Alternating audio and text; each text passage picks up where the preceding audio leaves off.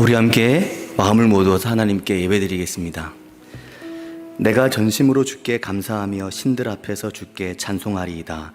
내가 주의 성전을 향하여 예배하며 주의 인자하심과 성실하심으로 말미암아 주의 이름에 감사하오리니 이는 주께서 주의 말씀을 주의 모든 이름보다 높게 하셨습니다. 이스라엘아 들으라. 우리 하나님 여호와는 오직 유일한 여호와이시니 너는 마음을 다하고 뜻을 다하고 힘을 다하여 내 하나님 여호와를 사랑하라. 아멘. 우리 모두 함께 찬송가 44장 함께 찬양하겠습니다.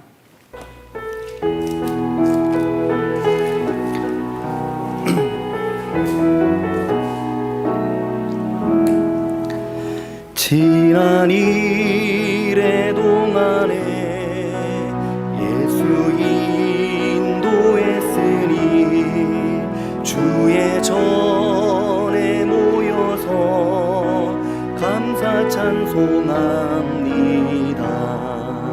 가장 복된 이날은 하늘 안식표로다.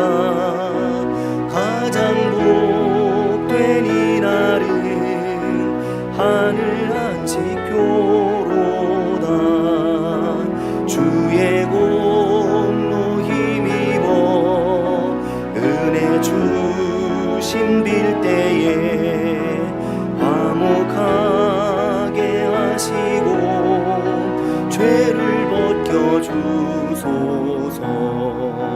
세상 걱정 버리고 은혜 받게 하소서.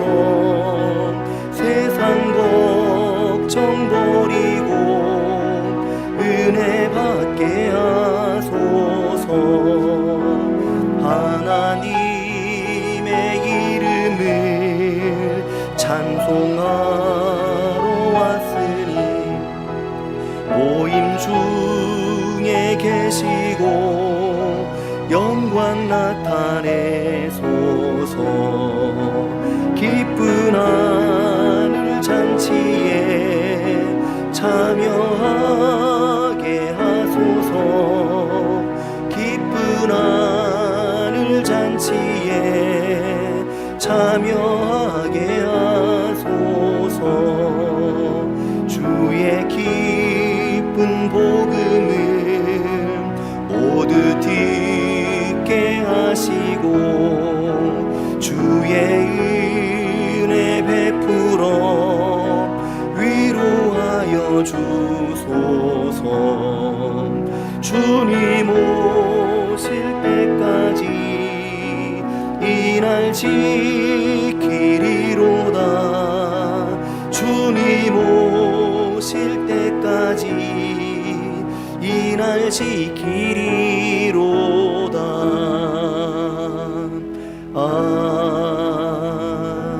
아멘. 사랑과 은혜가 풍성하신 하나님 아버지, 길고 긴 장마가 끝나면서 이제 좀 저희들의 삶이 평안을 찾아가는가 싶은 때 저희는 지난 한 주간 폭발적으로 증가하는 코로나19 확진자 현황을 눈으로 보아야만 했습니다. 모두가 이 상황에 대해서 염려하며 더 이상 확산되지 않기를 마음으로 기도하면서 오늘 이 예배의 자리에 있습니다. 하나님 아버지, 저희들의 삶의 자리를 외면하지 않으시고 늘 돌아보시며 살피시는 하나님 아버지, 이 땅을 긍휼히 여겨주시기를 원합니다. 이 재앙 같은 위기를 저희가 이겨내게 하시며 하나님 아버지께서 이 땅과 교회를 긍휼히 여겨주셔서 저희들이 다시 주님 앞에 설 수 있도록 은혜를 베풀어 주시기를 원합니다. 오랜 코로나와의 싸움으로 인해 이 땅의 경제는 많은 어려움을 겪고 있고 저희 삶의 자리가 매우 곤고한 중에 있습니다. 의료진과 방역당국은 쉼없이 지난 반년을 달려오고 있는데 앞으로 또 얼마를 더 달려가야 할지, 교회가 제대로 문을 열 수 없는 시간이 앞으로 얼마나 더 이어질지 불안과 염려 속에 있는 저희들을 긍휼히 여겨주시기를 원합니다. 죄와 사망의 그늘진 땅에서 살아가는 저희들이 날마다 하나님의 말씀과 임재 앞에서 새로워지도록 하여 주시옵소서. 저희들의 죄된 본성과 하나님의 말씀 앞에 가까이 나아가지 않는 본성을 다스려 주시기를 원합니다.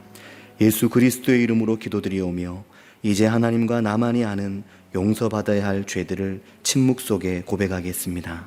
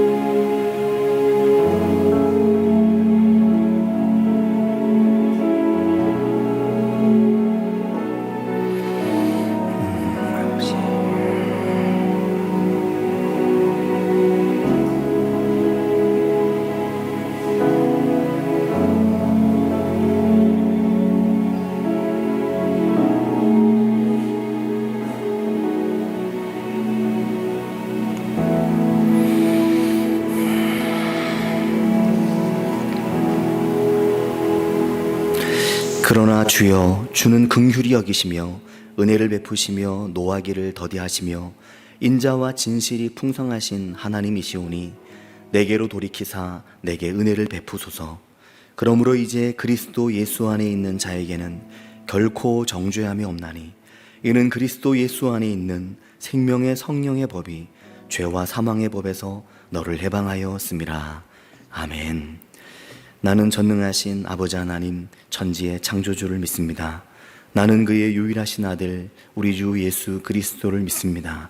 그는 성령으로 잉태되어 동정녀 마리아에게서 나시고 본디오 빌라도에게 고난을 받아 십자가에 못 박혀 죽으시고 장사된 지 사흘 만에 죽은 자 가운데서 다시 살아나셨으며 하늘에 오르시어 전능하신 아버지 하나님 우편에 앉아 계시다가 거기로부터 살아있는 자와 죽은 자를 심판하러 오십니다.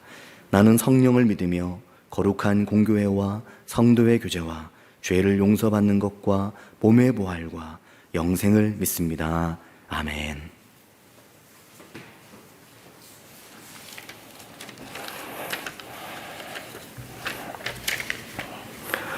공의롭고 자비로우신 하나님 아버지, 비고지고 만물을 창조하시고 주관하시는 능력의 하나님 아버지, 오늘 예배와 기도의 시간을 통해 모든 성도의 가정마다 하나님이 주신 축복을 누리는 복된 시간 되길 원합니다. 하나님 아버지, 지금 저희들의 삶의 터전이 그리 편안하지 않습니다. 올 한 해 긴 장마와 수해 속에 수많은 피해로 인해 복구의 시련을 겪고 있습니다.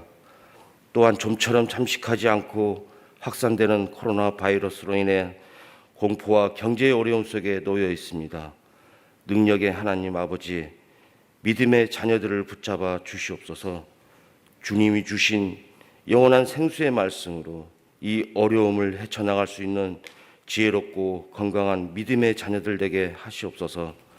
하나님 아버지, 저희들이 살아가는 삶 속에 수많은 슬픔과 고난 또한 원망하지 아니하며 아버지 뜻이라 생각하고 받아들이며 항상 그 자리에서 그마저도 감사하는 마음으로 순종하며 살아가길 원합니다. 저희들이 생각하고 말하고 행하는 일들이 저희들의 뜻이 아닌 아버지 뜻이 되게 하시옵소서. 설령 그 행함의 그 결과가 당장 이루어지지 않는다 하여도 아버지의 뜻이 기다림으로 알고 노력과 행함을 포기하지 않고 오직 믿음으로 살아가는 자녀들 되게 하시옵소서. 코로나 바이러스로 인해 온라인 예배가 무너져만 가는 예배가 아닌 어두운 터널을 지나 밝은 빛을 보기 위한 놀라운 역사의 가정이 되게 하시옵소서. 하나님 아버지, 도현 형제를 위해 모두 기도합니다. 희망의 삶을 위해 오늘 또 병마와 싸우고 있는 이도현 형제에게도 그 어두운 터널을 지나고 밝은 빛을 볼 수 있도록 능력의 아버지께서 인도하여 주시옵소서. 건강한 가정으로 가게 하시옵소서. 하나님 아버지, 구영기 목사님 또한 건강 지켜주시고 그 가정 또한 보호하여 주시옵소서. 앞으로 2주간 온라인 예배가 부족한 예배가 아닌 기쁨으로 충만한 예배 되게 하여 주시옵소서.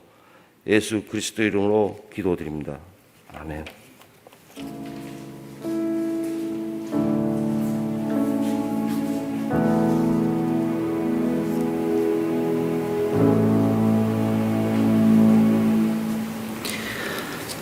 교회 소식을 전하겠습니다. 오늘은 오순절 12번째 주일입니다. 오늘은 코로나19의 급격한 확산으로 인해 온라인 예배로 이번 주와 다음 주 1차적으로 먼저 드리게 될 것으로 생각됩니다.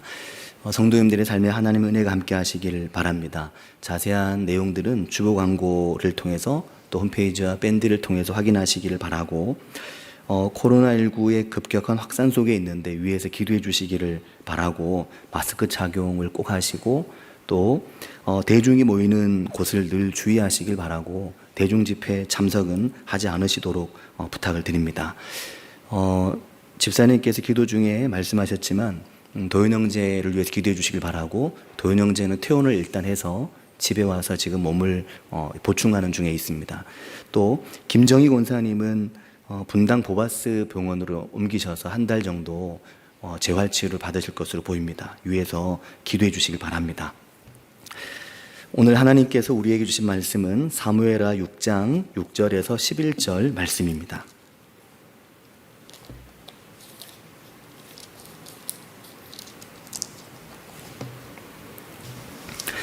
사무엘하 6장 6절에서 11절 말씀입니다. 우리 하나님 말씀을 함께 읽겠습니다. 그들이 나곤의 타작마당에 이르러서는 소들이 뛰므로 우사가 손을 들어 하나님의 궤를 붙들었더니 여호와 하나님이 우사가 잘못함으로 말미암아 진노하사 그를 그곳에서 치시니 그가 거기 하나님의 궤 곁에서 죽으니라. 여호와께서 우사를 치심으로 다윗이 분하여 그곳을 베레스 우사라 부르니 그 이름이 오늘까지 이르니라. 다윗이 그날에 여호와를 두려워하여 이르되 여호와의 궤가 어찌 내게로 오리요 하고, 다윗이 여호와의 궤를 옮겨 다윗 성 자기에게로 메어가기를 즐겨하지 아니하고 가드 사람 오베데돔의 집으로 메어가니라. 여호와의 궤가 가드 사람 오베데돔의 집에 석 달을 있었는데 여호와께서 오베데돔과 그의 온 집에 복을 주시니라. 아멘. 우리 예배를 함께 하고 있는 각 처에 우리 함께 있는 분들과 가볍게 인사하겠습니다. 반갑습니다. 하나님 은혜가 함께 하시길 바랍니다. 네. 사랑하는 여러분, 이번 한 주간 이런 질문을 저 스스로에게 하지 않을 수가 없었습니다. 오늘 이 세상 속에서 교회는 어떤 곳이며 그리스도인은 과연 어떤 사람들인가? 예수님은 제자들을 향해 말씀하셨습니다. 너희는 세상의 빛이요 세상의 소금이다. 세상의 빛과 소금, 참 아름다운 존재이죠. 긴 밤이 지나고 아침이 올 때 그 찬란한 빛, 칠흑 같은 한밤을 비추는 한 줄기의 빛, 얼마나 아름다운지 모릅니다. 모든 부패를 막고 변질을 막고 고상한 맛을 내는 소금, 주님께서 우리를 향해 너희는 세상의 빛이요 세상의 소금이다 말씀을 하셨습니다. 그런데 오늘 우리가 그렇게 잘 살고 있는지 우리 자신에게 묻지 않을 수 없는 그런 힘든 한 주간을 아마 성도님들께서도 보내셨을 것이라고 생각을 합니다. 다시 2주간의 온라인 예배, 이 온라인 예배가 얼마나 길어질지 아직 모르는데, 사랑하는 여러분, 오늘 우리에게는 우리가 온라인 예배를 얼마나 더 오래 드려야 할지 이런 게 중요하지 않습니다. 교회가 이래서 어렵다, 누가 교회를 못 와서 힘들어하고 신앙이 약해졌다, 교회가 이렇다 저렇다 하는 말은 별로 중요하지 않습니다. 교회가 이렇게 오래 예배와 사역을 정상화하지 못하다가는 정말 큰 위기를 맞겠다, 이런 말들이 지금 우리에게 중요한 말이 아닙니다. 오늘 우리에게 정말 중요한 것은 나는 누구인가? 오늘 교회는 어떤 곳인가? 하는 더 근본적이고 우리의 본질에 대해 깊이 생각해야 하는 질문들. 교회는 무엇이고 우리는 누구인지 정말 우리 자신에게 물어야 하는 때가 바로 지금입니다. 오늘 한국 사회에서 교회와 그리스도인들은 정말 천덕꾸러기처럼 되어버렸습니다. 어디서든 업신여김을 받고 푸대접을 받고 있습니다. 심지어 어떤 식당은 교인 사절이라고 써붙였다고 합니다. 우리 사회에서 이렇게 교회가 세간의 입방아에 오르내린 적이 있었나 싶습니다. 지난 2월부터 시작된 코로나19로 인해서 온 나라가 어려움을 겪고 있는데 첫 번째 대유행이 대구 신천지 교회로 인해 시작됐습니다. 우리는 이단이라고 선긋기를 하지만 그리고 지금 우리는 두 번째 대유행의 고비에 서 있습니다. 여러 면에서 지난 봄과 여름 많이 힘들고 어려웠지만 그래도 이 위기를 조금씩 넘어가고 있었는데 지난 한 주간 또 교회로 인해 우리 사회가 거의 마비 상태에 이르게 되었습니다. 물론 일부 교회, 일부 목사와 일부 성도입니다. 그들이 한국교회 전체를 대변하는 것도 아니고 그들이 한국교회의 전부도 아닙니다. 그러나 같은 이 땅의 교회로서 오늘의 이 어려움 앞에 부끄러움을 벗을 수는 없습니다. 집단 감염의 계기를 만든 교회와 목사를 향한 비판의 목소리도 목소리지만 한국교회의 부끄러운 자화상에 대한 자성의 목소리가 곳곳에서 들려오고 있습니다. 너무나 안타까운 지난 한 주간이었죠. 하루에 10명, 20명 아슬아슬하게 50명 넘기지 않으려고 막 애를 쓰면서 코로나 확진자가 통제되어 가고 있었는데 지난 14일부터 세 자릿수가 되면서 어제 아침에는 332명이었습니다. 오늘은 과연 몇 명이 될지 한국 사람이라면 누구나 모두의 관심이 여기 집중되어 있습니다. 과연 오늘 교회는 정말 세상에 비치고 세상의 소금인가? 우리는 그만큼 세상 속에서 성숙한 그리스도인으로 살아가고 있는가? 이 질문이 오늘 우리에게 정말 중요한 질문입니다. 사랑하는 여러분, 우리가 더 성숙한 교회, 세상의 빛과 소금으로 존재하는 교회가 되어가길 바랍니다. 그런 면에서 저는 오늘 말씀을 통해서 다시 다윗의 삶을 들여다보려고 합니다. 다윗의 길과 다윗의 선택은 오늘 우리가 무엇을 선택하고 어디로 가야 하는지 잘 보여줍니다. 다윗은 그의 삶이 위기를 만났을 때 그리고 그의 삶에 매우 중요한 시기를 만나게 되었을 때 언제나 그는 하나님의 말씀을 향하여 움직였습니다. 다윗은 사울의 위협을 피해 가장 먼저 시대의 선지자인 사무엘을 향해 움직였습니다. 왜냐하면 그곳에 가면 그의 삶을 비추어 줄 말씀을 만날 수 있다고 다윗이 생각했기 때문입니다. 그리고 다시 사울이 자신을 죽이려고 한다는 확신을 갖게 되었을 때 이번에는 제사장 아히멜렉을 찾아갔습니다. 아히멜렉과 그의 제사장들이 있는 마을 노브로 향했던 겁니다. 사랑하는 여러분, 이것이 코로나로 인해 교회의 본질에 대해 질문하게 되는 오늘 우리가 배우고 유념해야 되는 대목입니다. 위기의 때 우리가 어디에서 출구를 찾아야 할까? 언제나 하나님의 말씀이다 하는 것입니다. 교회의 타락과 부패로부터 길을 찾을 때도 루터는 하나님의 말씀에서 그 길을 찾았습니다. 19세기 세계가 말할 수 없는 혼돈 가운데 큰 전쟁 가운데 있을 때 신학자 칼바르트는 성경의 말씀이 말씀하게 하라라고 말하면서 하나님의 말씀으로부터 멀어진 그 시대의 교회와 그리스도인들을 향해 마치 폭탄을 던지듯이 선포했습니다.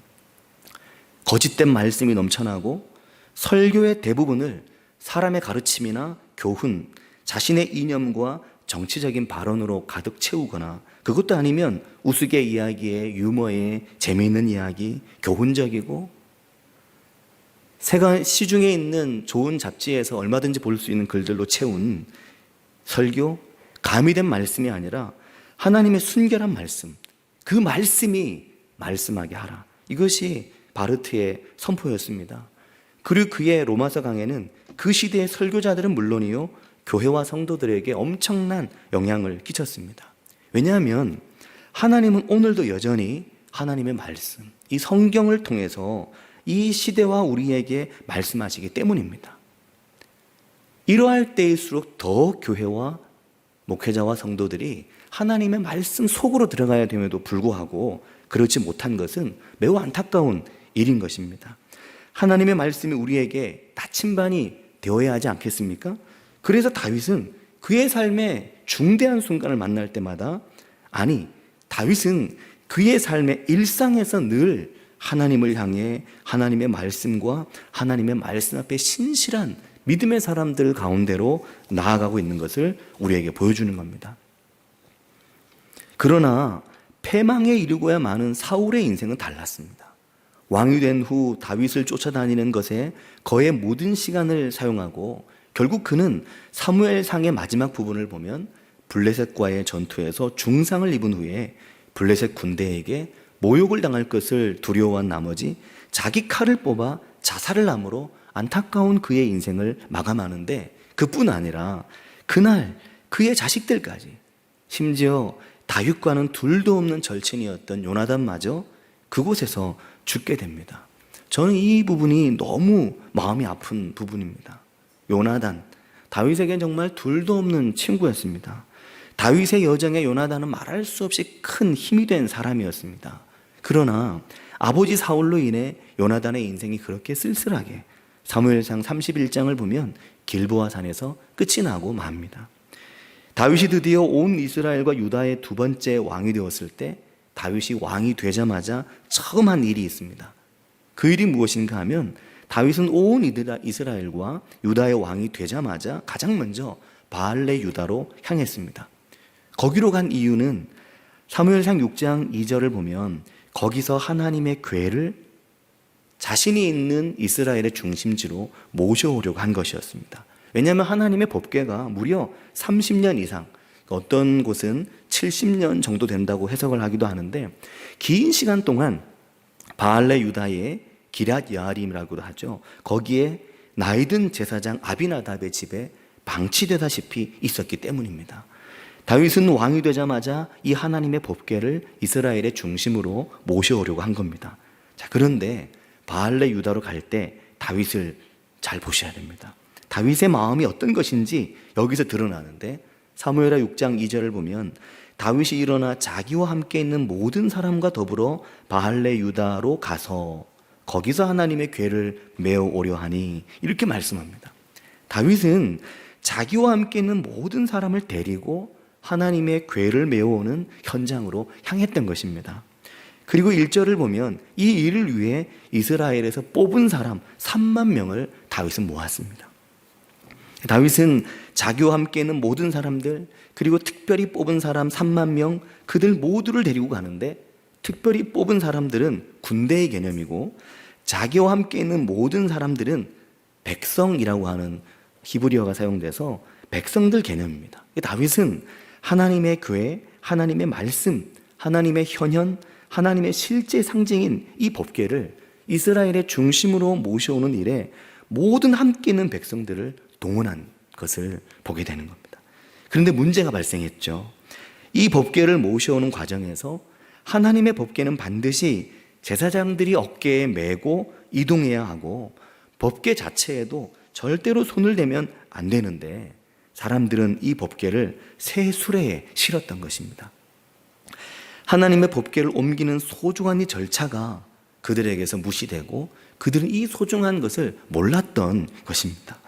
출애굽기 25장 14절, 민수기 3장 30절 31절, 4장 15절, 7장 9절에 보면 하나님의 법궤를 누가 어떻게 메어서 와야 되는지 잘 나와 있습니다.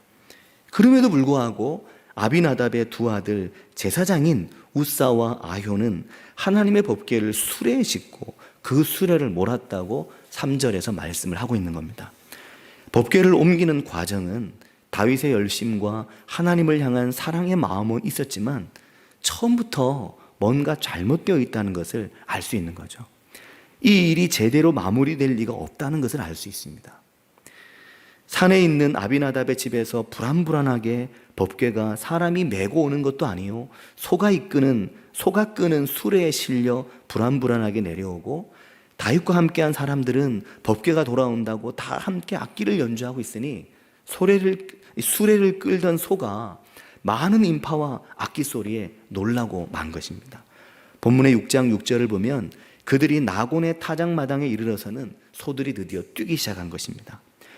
소들이 뛰고 법궤가 수레에서 떨어질 수 있는 형편이 되자 아비나답의 아들 제사장 우사가 법궤를 덥석 잡았던 것입니다. 6장 6절 뒷부분을 보면 우사가 손을 들어 하나님의 궤를 붙들었더니 라고 말씀합니다. 하나님의 법궤를 모셔오는 이 현장은 순식간에 아수라장이 되고 말았습니다. 다윗의 열심, 사람들의 환호에도 불구하고 하나님의 법궤는 그 자리에 멈추게 되고 말았습니다. 이 일로 웃사가 그 자리에서 죽었습니다. 7절을 보면 여호와 하나님이 웃사가 잘못함으로 말미암아 진노하사 그를 그곳에서 치시니 그가 거기 하나님의 궤 곁에서 죽으니라 라고 말씀합니다. 웃사가 그 자리에서 죽고 말았습니다. 한때는 이거 너무한 거 아니야? 하나님 너무하신데? 이 본문을 도저히 이해하기 어려운 때가 있었습니다. 그리고 8절을 보면 여호와께서 웃사를 치심으로 다윗이 분했다라고 말하고 있습니다. 다윗이 분하여 그곳을 베레스 웃사라 부르니 그 이름이 오늘까지 이르니라 그렇게 말씀합니다. 웃사가 하나님에 의해서 죽자 다윗이 분하여 그곳의 이름을 베레스 웃사, 즉 웃사를 치셨다. 웃사의 죽음을 상징하는 장소가 바로 거기가 되고 만 것입니다. 여기 본문에 보면 다윗이 분하여라고 되어 있으니까 다윗이 마치 하나님에게 화가 났나 이렇게 생각할 수 있는데 다윗이 하나님에게 화가 난 것은 아닙니다. 왜냐하면 바로 뒤에 나오는 구절을 보면 다윗이 그날에 여호와를 두려워하여 이르되 여호와의 궤가 어찌 내게로 오리요 라고 말합니다. 다윗이 깊은 염려에 빠지게 된 것입니다. 하나님의 궤를 어떻게 모셔와야 되나, 어떻게 이걸 할까, 이 고민이 된 거죠. 다윗은 하나님에게 화가 난 게 아니라 매우 두려움에 빠지게 됐고, 좀 더 정확하게 표현한다면 다윗이 분하여 보다는 문맥상이나 또 원어를 해석해 볼 때 다윗이 너무 근심이 돼서, 다윗이 너무 염려가 되어서 이 말이 맞고, 하나님의 궤를 옮겨갈 수 없게 된 이 갑작스러운 상황이 다윗이 매우 힘들고 이 상황에 화가 나고 그의 마음이 분했던 것이지 하나님에게 분했던 것은 아니다라는 겁니다.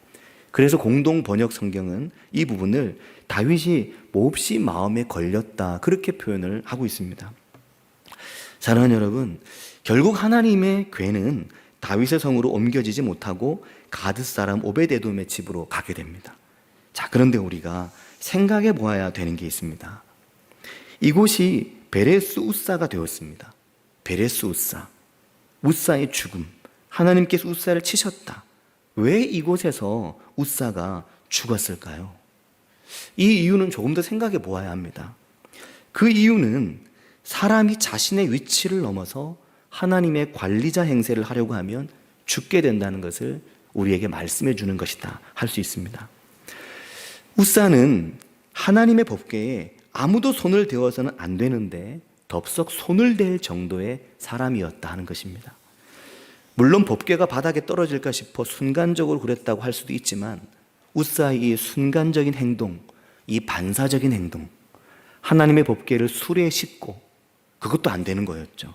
그리고 소가 뛰어 법궤가 떨어질 수 있는 상황에서 하나님의 법궤에 사람이 손을 대어 덥석 잡았다는 거, 아무리 위급한 중에도 해서 안 되는 것이 있고 해서 되는 것이 있다는 것은 우리가 다 알고 있는 거죠. 만일 그 법궤가 불이었다면, 불꽃이었다면 그것을 덥석 붙들었을까? 그런데 그 법궤는 불보다 더 뜨거운 그 법궤는 하나님 당신의 실제요, 현현이며 상징인데 그 법궤를 제사장이라는 사람이 덥석 잡았다는 것, 이는 자신이 하나님의 법궤를 그동안 오랜 세월 법궤를 데리고 있으면서 자기 마음대로 관리하고 움직일 수 있다고 생각하는 오랜 망상이었다. 이렇게 유진 피터슨 목사님은 이야기를 합니다. 유진 피터슨 목사님은 이러한 웃사의 행동에 대해서 오랜 망상이다, 순간적인 실수가 아닌 주제넘게 하나님의 관리 책임자 행세를 하려고 한 것이다 라고 매우 강하게 이 부분에 대해서 말씀합니다. 자, 사랑하는 여러분, 오늘 교회의 힘은 어디에 있을까요? 거룩한 하나님의 말씀에 있습니다. 위기의 때, 혼탁의 시대에 더 그렇습니다. 하나님의 말씀이 뭐라고 말씀하시는가? 여기에 있습니다. 그러려면 하나님의 말씀을 알아야 하죠. 그것이 여호와를 아는 지식입니다. 하나님의 말씀을 알아야만 하는 것입니다. 하나님의 말씀이 부재한 시대, 그것이 웃사를 죽음으로 몰고 간 것입니다. 법궤를 이스라엘의 중심으로 모셔오고자 하는 다윗의 진심은 귀하지만 하나님의 법궤가 아비나답의 것도 웃사의 것도 아니요, 다윗의 것도 아닌 것입니다. 그 어느 누구도 하나님의 말씀의 관리자는 될 수 없는 것입니다. 하나님의 말씀 아래에 있고 그 말씀을 사랑하고 읽고 묵상하고 마음에 소중하게 품는 것이 사람이 할 일인데, 사랑하는 여러분, 그런데 하나님의 말씀이 우리의 힘이라는 것을 아는 것과 하나님의 말씀 자체를 아는 것은 너무나 다른 것입니다. 하나님의 말씀이 우리의 힘이라는 것을 알면서도 하나님의 말씀을 알려고 하지 않는다면 이건 더 나쁜 것입니다. 하나님의 말씀이 힘이라는 것을 모르기 때문에 하나님의 말씀을 모른다면 이것은 변명할 것이라도 있지만, 하나님의 말씀이 우리의 힘이라는 것을 알면서도 하나님의 말씀 자체를 알려고 하지 않는 영적인 게으름은 하나님 앞에서 할 말이 없는 거죠. 하나님의 말씀이 좋은 거래, 하나님의 말씀이 어떤 거래, 이게 중요한 게 아니고 하나님의 말씀이 이런 거였구나, 이게 하나님의 말씀이었구나, 이런 하나님의 말씀의 감동이 우리에게 필요한 것입니다. 오늘 교회의 위기는 우리가 하나님의 말씀으로부터 너무 멀리 있다는 것입니다. 다른 무엇도 문제가 아닙니다. 교회의 문제는 교회가, 그리스도인들의 문제는 그리스도인들이 하나님의 말씀으로부터 너무 멀리 있다는 것입니다. 하나님의 말씀과 함께하는 삶의 구조와 시스템이 만들어져 있지 않은 것입니다. 우리가 하나님의 말씀의 그 실제에서 너무 멀리 있는 것입니다. 회의실에 나무 하나가 있습니다. 그 나무 이름이, 회의실에 있는 나무, 녹보수인데 주변에서 많이 보는 나무인데, 아침에 새벽 예배 끝나면 제가 제일 먼저 하는 일이 회의실 창문을 여는 겁니다.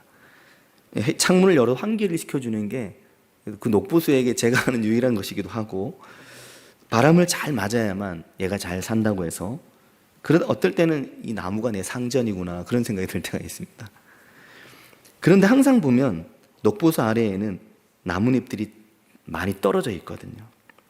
주워서 버리면 또 떨어지고, 주워서 버리면 또 떨어집니다. 근데 늘 잠깐 창문 열어주고 지나가다가 어제 아침에는 약간의 여유가 있어서 자세히 들여다봤더니 이미 이 풍성한 나뭇잎들 사이사이에 죽어서 바짝 마른 떨어진 나뭇잎들이 잔뜩 걸려 있었습니다. 이미 죽은 나뭇잎들이 떨어지는 거죠. 흙도 만져보니까 말라 있는 것 같아서 물을 줬는데, 평소에는 이제 아래쪽에 받침에 물이 좀 약간 있어서 안 줬는데 어제는 없어 보여서 물을 줬는데, 물을 주자마자 그 크고 긴 화분이 물을 머금지 못하고 많은 물이 그대로 바닥으로 새고 말았습니다. 속이 텅 비어 있다는 걸 이제 제가 느낀 거죠.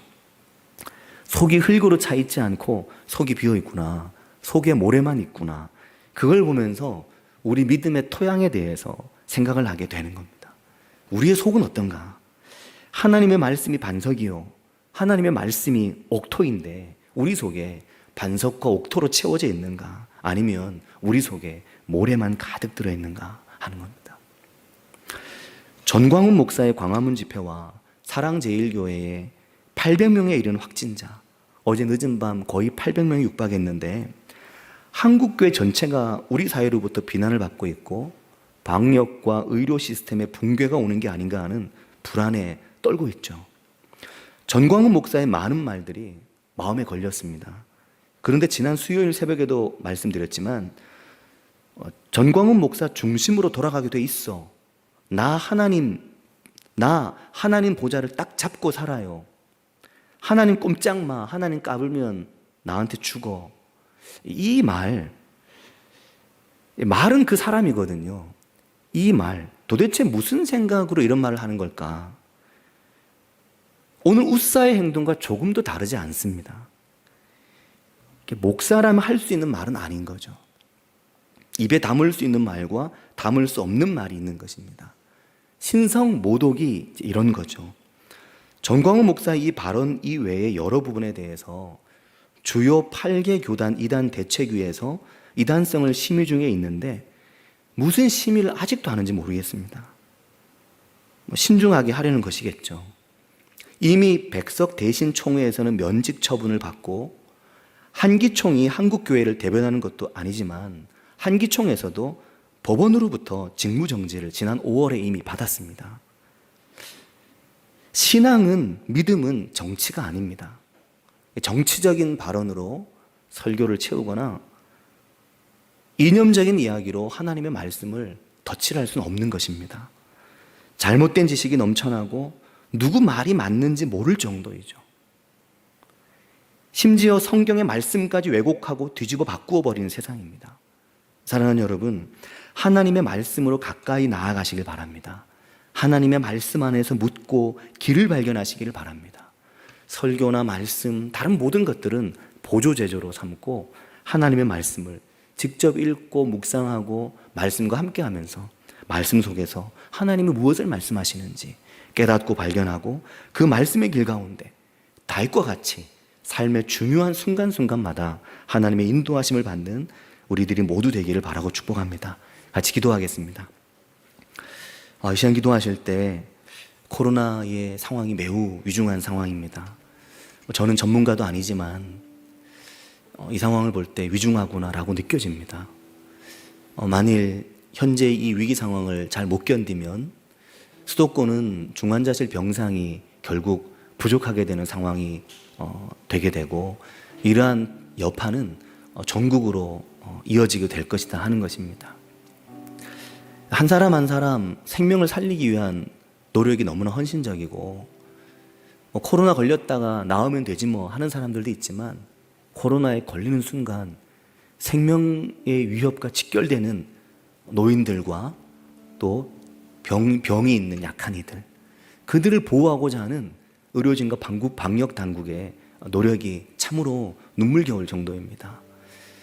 이러한 상황을 전 국민들이 인식하고 있고 이러한 때 어떻게든 이 위기를 이기려고 하는 이 노력을 크리스찬으로서 또 교회가 할 수 있는 것은 방역에 잘 동참하고 무엇보다 이를 위해 기도하는 것입니다.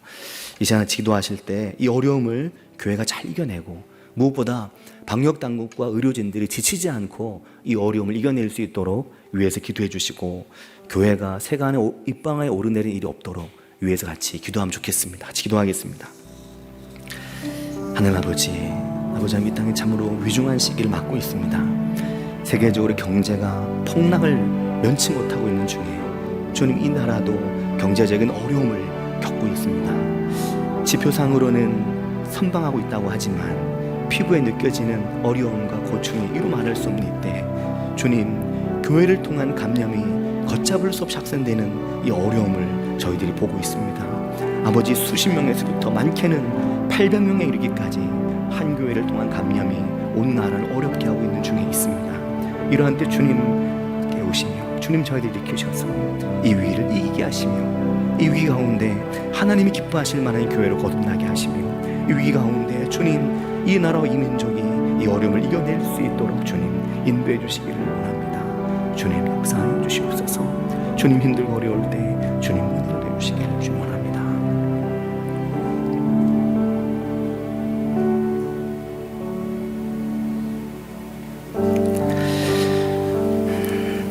하나님 아버지, 코로나19가 온 세계에 창궐하여 온 세계가 수많은 사상자와 수많은 인명피해 또 걷잡을 수 없는 경제 폭락을 면치 못하는 어려움을 겪고 있는 이때 K방역이라고 그래도 한국 사회가 이 어려움을 잘 극복하고 있다고 많은 외신들로부터 칭찬과 주목을 받는 이때 주님, 안타깝게도 교회를 통한 코로나19의 재확산이 이루어지고 있는 이 안타까운 현실을 저희들이 목격하고 있습니다.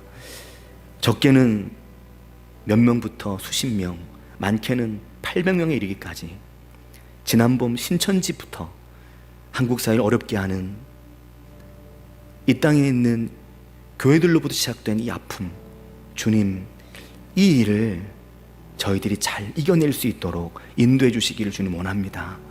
세상의 소음과 빛은 고사하고 세상에 짐이 되는 교회가 되지 않게 해주시기를 주님 원합니다. 주님, 오늘 이 땅에 있는 교회와 그리스도인들이 하나님의 살아있는 말씀 앞에 서게 하시고 하나님의 말씀으로 우리를 비추게 하시며 주님, 이 땅에 닥친 위기와 죽을 힘을 다해 싸우고 있는 의료진과 방역당국, 경제 현장에서 소상공인들과 식당에서 삶의 작은 터전에서 몸부림치며 이 위기를 이겨내기를 간절히 소망하는 이들, 그들의 기도를 들어주시며 응답해 주셔서 위기를 이기고 우리 사회가 또 한국교회가 다시 갈 길을 갈 수 있도록 주님 인도하여 주시옵소서. 주님 저희와 함께 하시기를 간절히 원하오며 예수님의 이름으로 기도합니다. 아멘. 294장입니다.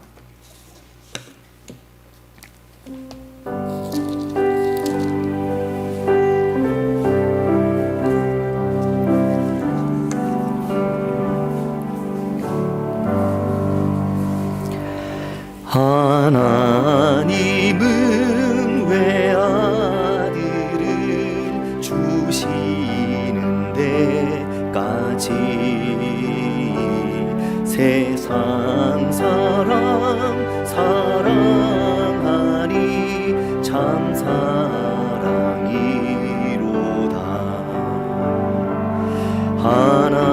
하나님은 사랑이라 죄악에 빠졌던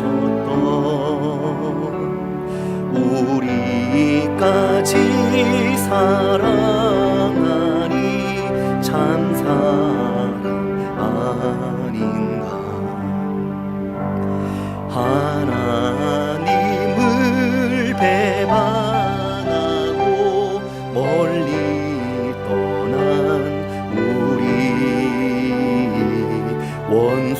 원수같이 대적하나 사랑하여 주네.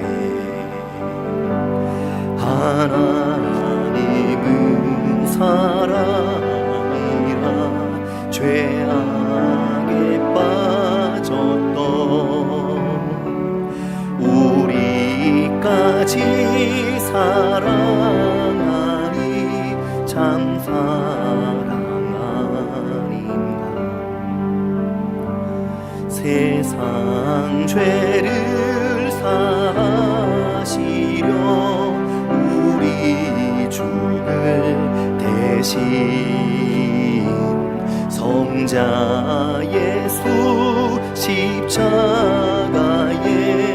고난 받으셨네.